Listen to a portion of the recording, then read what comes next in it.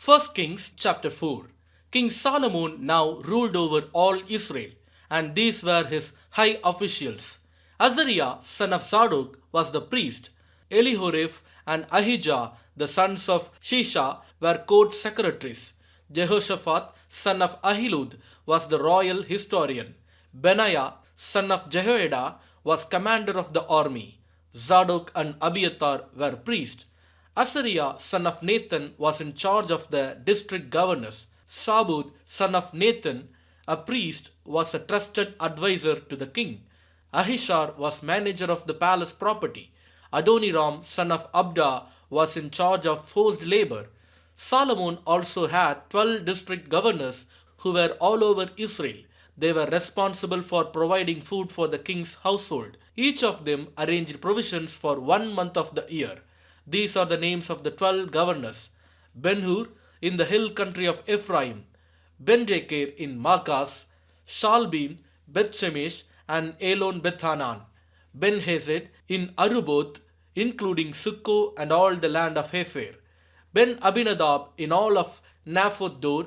He was married to Taphath, one of Solomon's daughters. Bana, son of Ahilud, in Tanakh, and Megiddo, all of Bethshan near Zaredan, below Jezreel, and all the territory from Bethshan to Abel Meholah and over to Jokmeam. Ben Geber in Ramoth Gilead, including the towns of Jair, named for Jair of the tribe of Manasseh in Gilead, and in the Argob region of Bashan, including 60 large fortified towns with bronze bars on their gates. Ahinadab, son of Iddo, in Mahanaim. Ahimaaz in Naphtali. He was married to Basemath, another of Solomon's daughters. Bana, son of Hushai, in Asher and in Aloth. Jehoshaphat, son of Parua, in Issachar. Shimei, son of Elah, in Benjamin. Geber, son of Uri, in the land of Gilead, including the territories of King Sihon of the Amorites and King Og of Bashan. There was also one governor over the land of Judah. The people of Judah and Israel were as numerous as the sand on the seashore. They were very contented with plenty to eat and drink. Solomon ruled over all the kingdoms from the Euphrates River in the north to the land of the Philistines and the border of Egypt in the south. The conquered peoples of those lands sent tribute money to Solomon and continued to serve him throughout his lifetime. The daily food requirements for Solomon's palace were 150 bushels of choice flour and 300 bushels of meal. Also, 10 oxen from the fattening pens, 20 pasture-fed cattle, 100 sheep or goats, as well as deer, gazelles, roe deer, and choice poultry. Solomon's dominion extended over all the kingdoms west of the Euphrates River from Tipsha to Gaza, and there was peace on all his borders. During the lifetime of Solomon, all of Judah and Israel lived in peace and safety. And from Dan in the north to Beersheba in the south, each family had its own home and garden. Solomon had 4,000 stalls for his chariot horses, and he had 12,000 horses. The district governors faithfully provided food for King Solomon and his court. Each made sure nothing was lacking during the month assigned to him. They also brought the necessary barley and straw for the royal horses in the stables. God gave Solomon very great wisdom and understanding and knowledge as vast as the sands of the seashore. In fact, his wisdom exceeded that of all the wise men of the East and the wise men of Egypt. He was wiser than anyone else, including Ethan the Ezrahite and the sons of Mahol, Heman, Kalkol, and Darda. His fame spread throughout all the surrounding nations. He composed some 3,000 proverbs and wrote 1,005 songs. He could speak with authority about all kinds of plants, from the great cedar of Lebanon to the tiny hyssop that grows from cracks in a wall. He could also speak about animals, birds, small creatures, and fish. And kings from every nation sent their ambassadors to listen to the wisdom of Solomon. 1 Kings chapter 5. King Hiram of Tyre had always been a loyal friend of David. When Hiram learned that David's son Solomon was the new king of Israel, he sent ambassadors to congratulate him. Then Solomon sent this message back to Hiram. You know that my father David was not able to build a temple to honor the name of the Lord his God because of the many wars waged against him by surrounding nations. He could not build until the Lord gave him victory over all his enemies. But now the Lord my God has given me peace on every side. I have no enemies and all is well. So I am planning to build a temple to honor the name of the Lord my God, just as he had instructed my father David. For the Lord told him, your son, whom I will place on your throne, will build the temple to honor my name. Therefore, please command that cedars from Lebanon be cut for me. Let my men work alongside yours, and I will pay your men whatever wages you ask. As you know, there is no one among us who can cut timber like you Sidonians. When Hiram received Solomon's message, he was very pleased and said, praise the Lord today for giving David a wise son to be king of the great nation of Israel. Then he sent this reply to Solomon, I have received your message, and I will supply all the cedar and cypress timber you need. My servants will bring the logs from the Lebanon mountains to the Mediterranean Sea and make them into rafts and float them along the coast to whatever place you choose. Then we will break the rafts apart so you can carry the logs away. You can pay me by supplying me with food for my household. So Hiram supplied as much cedar and cypress timber as Solomon desired. In return, Solomon sent him an annual payment of 1 lakh bushels of wheat for his household and 1,10,000 gallons of pure olive oil. So the Lord gave wisdom to Solomon just as he had promised, and Hiram and Solomon made a formal alliance of peace. Then King Solomon conscripted a labor force of 30,000 men from all Israel. He sent them to Lebanon in shifts, 10,000 every month, so that each man would be 1 month in Lebanon and 2 months at home. Adoniram was in charge of this labor force. Solomon also had 70,000 common laborers, 80,000 quarry workers in the hill country, and 3,600 foremen to supervise the work. At the king's command, they quarried large blocks of high quality stone and shaped them to make the foundation of the temple. Men from the city of Gebal helped Solomon's and Hiram's builders prepare the timber and stone for the temple. 1 Kings chapter 6. It was in mid-spring in the month of Ziv, during the 4th year of Solomon's reign, that he began to construct the temple of the Lord. This was 480 years after the people of Israel were rescued from their slavery in the land of Egypt. The temple that King Solomon built for the Lord was 90 feet long, 30 feet wide, and 45 feet high.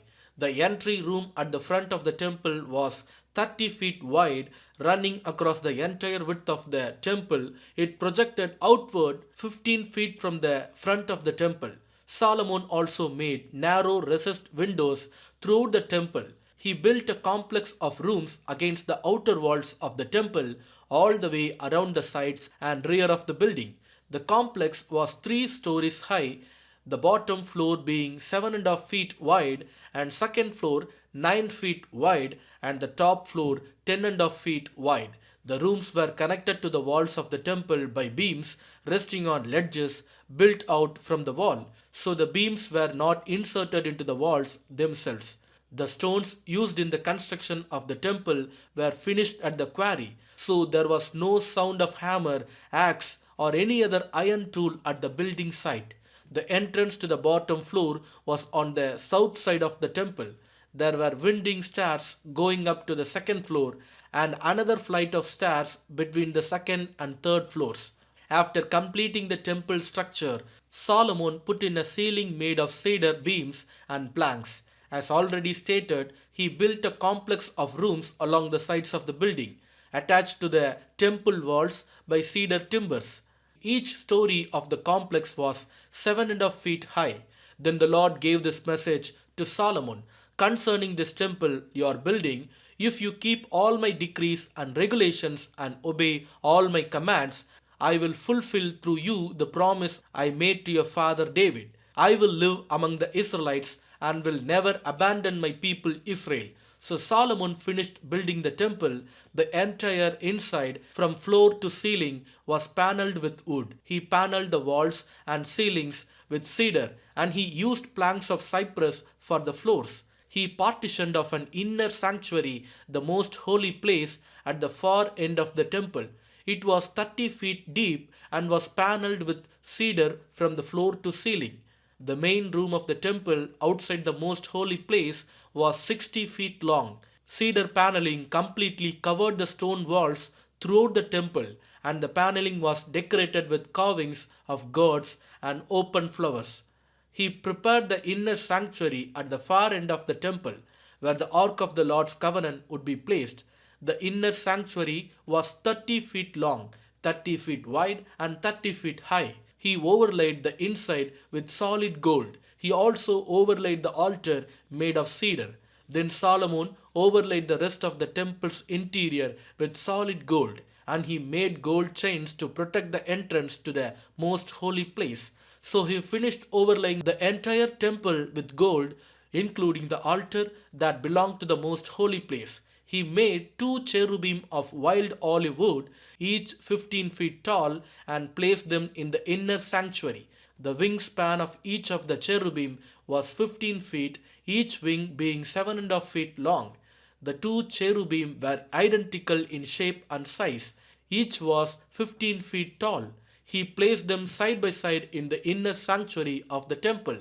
Their outspread wings reached from wall to wall, while their inner wings touched at the center of the room. He overlaid the two cherubim with gold. He decorated all the walls of the inner sanctuary and the main room with carving of cherubim, palm trees, and open flowers. He overlaid the floor in both rooms with gold. For the entrance to the inner sanctuary, he made double doors of wild olive wood with 5-sided doorposts. These double doors were decorated with carvings of cherubim, palm trees, and open flowers. The doors, including the decorations of cherubim and palm trees, were overlaid with gold. Then he made 4 side doorposts of wild olive wood for the entrance to the temple. There were 2 folding doors of cypress wood, and each door was hinged to fold back upon itself.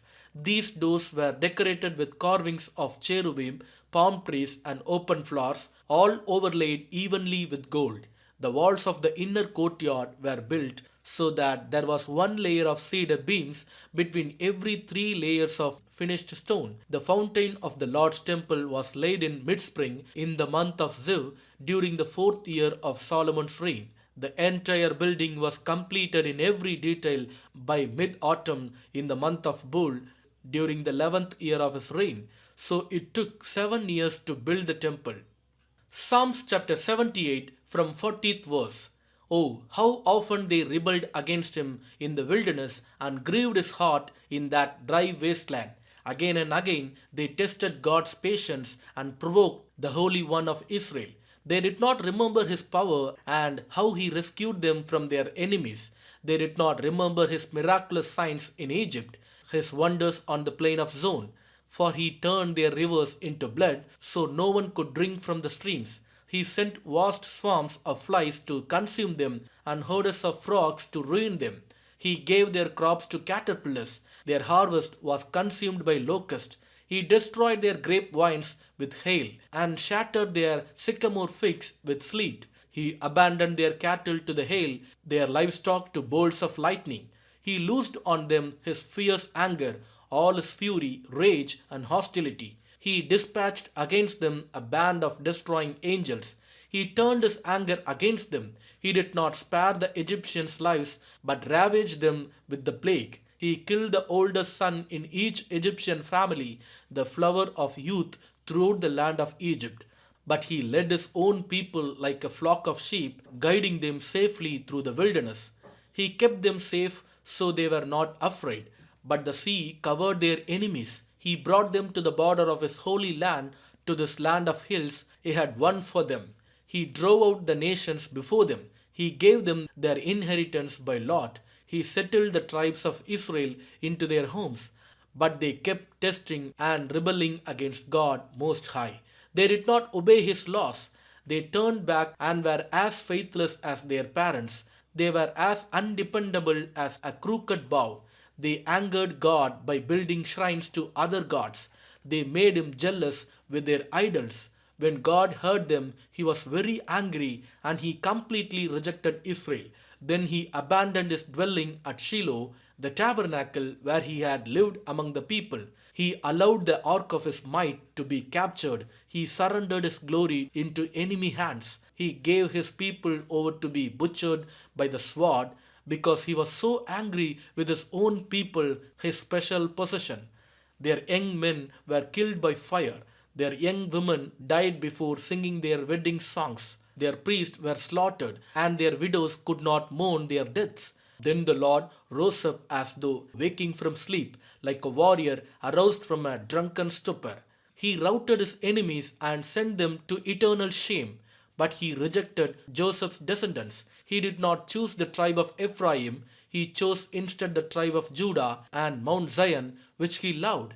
There he built a sanctuary as high as the heavens, as solid and enduring as the earth. He chose his servant David, calling him from the sheep pens. He took David from tending the ewes and lambs and made him the shepherd of Jacob's descendants, God's own people, Israel. He cared for them with a true heart and led them with skillful hands. Amen.